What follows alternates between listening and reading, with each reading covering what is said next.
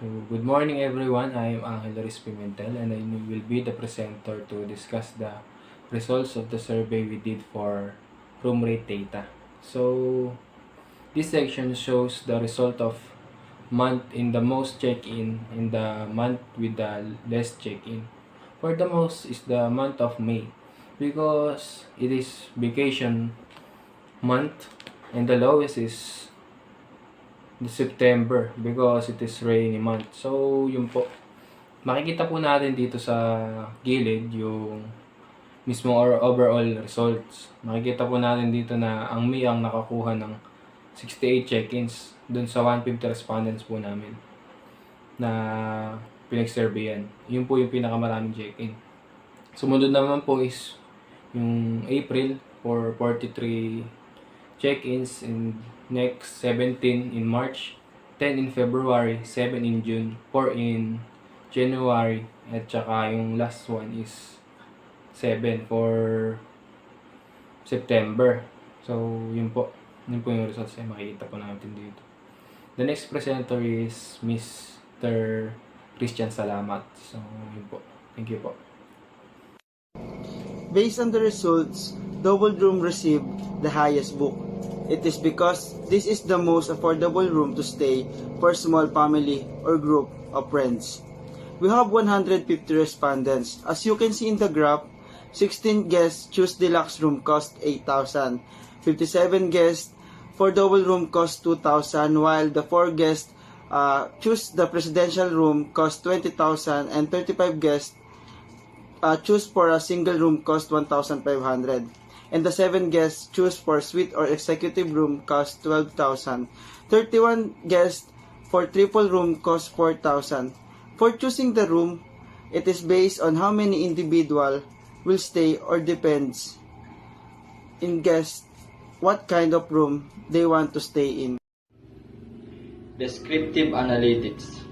In 150 respondents and in terms of nationality, the graph shows the percentage of respondents who answered their nationality, and 100 out of 150 shows that they are all Filipino.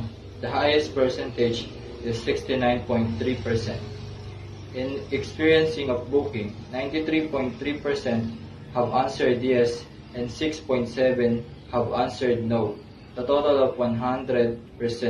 So the majority of respondents have already experienced of booking. In terms of date of booking, there are 12 respondents who chose to check in month of May, and it's also the highest. In terms of check-in, there are 14 respondents who wants to check in as early as 7 a.m. in the morning, and it is the earliest. In terms of check-out, the month of May is the most choice of the guests who wants to leave the hotel. In terms of check-out, most of the respondents wants to leave the hotel at exact 5 a.m. Total number of guests, adult. The graph shows the result of survey. In terms of number of survey, the guest adult and the highest percentage is 23.3%, and it's equal to 35 respondents. And the lowest is 0.7, which is equals to 1 respondent. Total number of guests in terms of child. The graph shows the result of survey.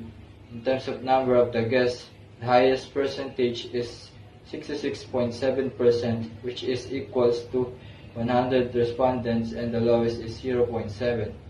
And in room preferences, double room have the highest percentage, which is 37.3%, and it followed by single room, which is 23.3%, and triple room, which is 21.3%, and deluxe, which is 10%, and suite and executive, and followed by presidential and double room. In terms of rate of service, most of the respondents have answered excellent, and followed by very excellent, and next is good. No one have answered fair. In experiencing of booking and where did they book an accommodation, 63.3% have answered through website of the hotel, and 36.7% have answered through social media accounts or pages.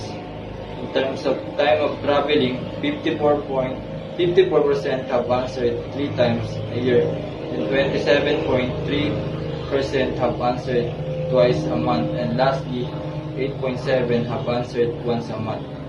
In multi-book booking, 72.2% is the highest percentage, and it's for vacation, and 12.7% for birthday celebration, and 8.7% is for business, and lastly, 6% is the reason for conference meeting.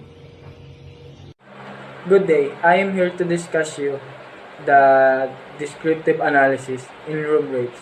So what is the descriptive analysis? Descriptive analysis is a very crucial aspect in informed decision. In order to make that decision, we have to understand the two types of data. The first one is the qualitative, which is the categorical. It includes your name and your address. And the second one is the quantitative, which includes the date of the checkout and check-in and the hotel hours. So in our case, which is room rate, we have to conduct a data gathering in survey questionnaires. By that survey questionnaires, we have to analyze what is the rates of the room, and to identify what are the rates that enable to gather that data to be described in. Diagnostic analysis. Single room. Based on our survey, single room got 35 respondents. These rooms are assigned to one person or a couple. Many people choose the single room because they can't afford the expensive room, double room. According to our study, 56 people stay in a double room. Half of them were with their families, and the another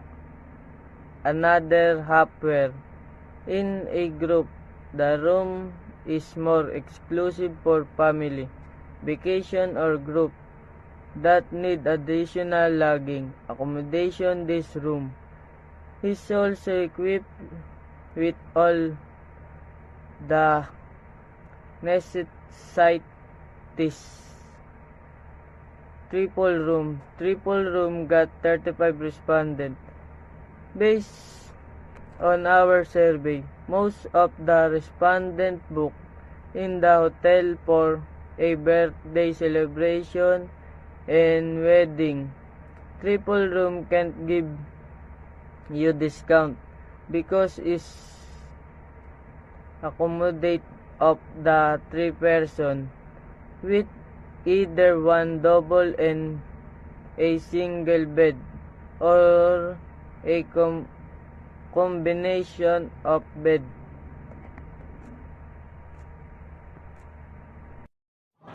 Diagnostic Analytics. Deluxe. Based on our survey, Deluxe room got 15 respondents. We all know that only few people can afford the Deluxe room because it is a very high quality room. The Deluxe room is totally soundproof and equipped with high-tech comforts such as high-speed internet access, USB ports, smart TV, and some high-tech tools and equipment. That is the reason why only few customers can afford Deluxe rooms because of its price. Suite or Executive. Based on our survey, Suite or Executive got 7 respondents. This room is used by top managers of a business or executives. Suite is a stylish one-bedroom suite with king-size bed decorated in neutral tones, 46 square meters in size, and with a separate living and dining area. Additional amenities for the suites include a washing machine and dryer. Self-prepared meals can be enjoyed in your room with coffee or tea maker and toaster. There are facilities to keep you entertained in the guest room. including cable, satellite television, and IDD telephone. Guest rooms are furnished with closet and writing desk, perfect for making your stay even more enjoyable. Presidential. Based on our survey, Presidential got 4 respondents. Presidential is the most expensive suite in the luxury hotel. Super perfectly accommodates the celebrity, diplomat, or a high-profile business meeting, delivering impeccable elegance, luxury, and personal service. Predictive. Hotel room rates will increase in the future because of the competition between hotels. Some hotel will add some new features like the use of technology, because we all know that there's a lot of people nowadays that really own technologies. But if the technology is more advanced than the others, expect that the price of the technology is more expensive, and that can be the reason that hotel room rates will increase the future. Software programs can increase room rates and pull in more guests at the same time. In the modern age of technology, people will pay more for guaranteed security, especially when they trust a hotel with their payment information. Clarify how you protect personal data will build trust with visitors and give them more reason to pay a bit higher for a room. New attraction like a restaurant or mall could be a reason to raise the price of the hotel room rates. If there's a hotel in the area that's next to a popular restaurant chain, people are booked because they know they can get favorite food right next door. In hotel pricing, it is driven by a deep base of planning and strategy. It's probably doomed to pair. Hotelier needs to stay proactive when it comes to pricing their rooms, capturing real-time data, and following current market trends along with your own business trends is vital for maintaining an optimal pricing model for your hotel. Hotels' overall cleaning can break a hotel's reputation, not because now, but also in the future. Poor hygiene results in terrible online review, which turn more potential guests away. Prevent this from happening by upgrading your hotel standard and cleanliness, and teaching staff how to inspect a room for pests. If a resulting problem occurs, which is sometimes beyond anyone's control, rid your property of infestations by relying on a professional exterminator. The faster hotel operation stop pest problem, the sooner you can get back to increase room rates that match the higher standards of your property. Prescriptive analytic. Instead of letting the human workforce interpret and act on this information without any guidance, some of today's systems provide recommendation and advice to improve service and increase profits. Online reservation system that track a guest's past stays can automatically generate discount codes for future reservation. Assembly personalized services for each guest and even deliver their favorite drinks or foods. As per predictive analytic, hotel rooms rate will increase because of competition on the hotels, and also some hotel We'll add some new features like technology because we all know that there's a lot of people nowadays that rely on technology. The technology being developed for hotels today is truly exciting and game-changing. For example, hotels are starting to install smartphones that allows guests to open their room doors with simple swipe of their smartphones. Tablets are providing to be an effective communication tools for guests and staff.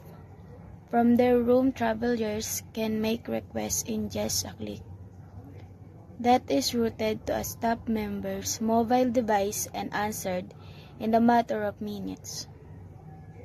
The hotel can even program the tablets to promote paid amenities or local attraction.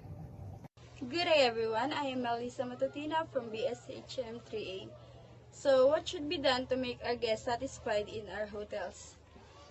Here are some freebies and complimentary services.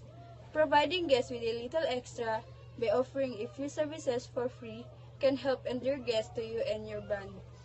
Offering complimentary services is an effective strategy for providing customer service that guests will go home and tell their friends, or better yet, share on social media. It can be as simple as offering free Wi-Fi or a free shuttle to the airport or to local attractions. And also we have reward repeat guests.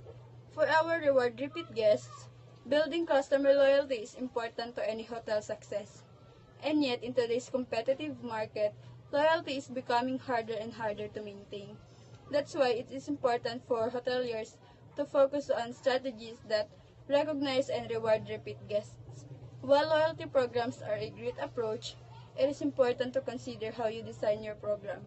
Many loyalty programs offer a free night or a discounted stay after a certain numbers of points are accrued.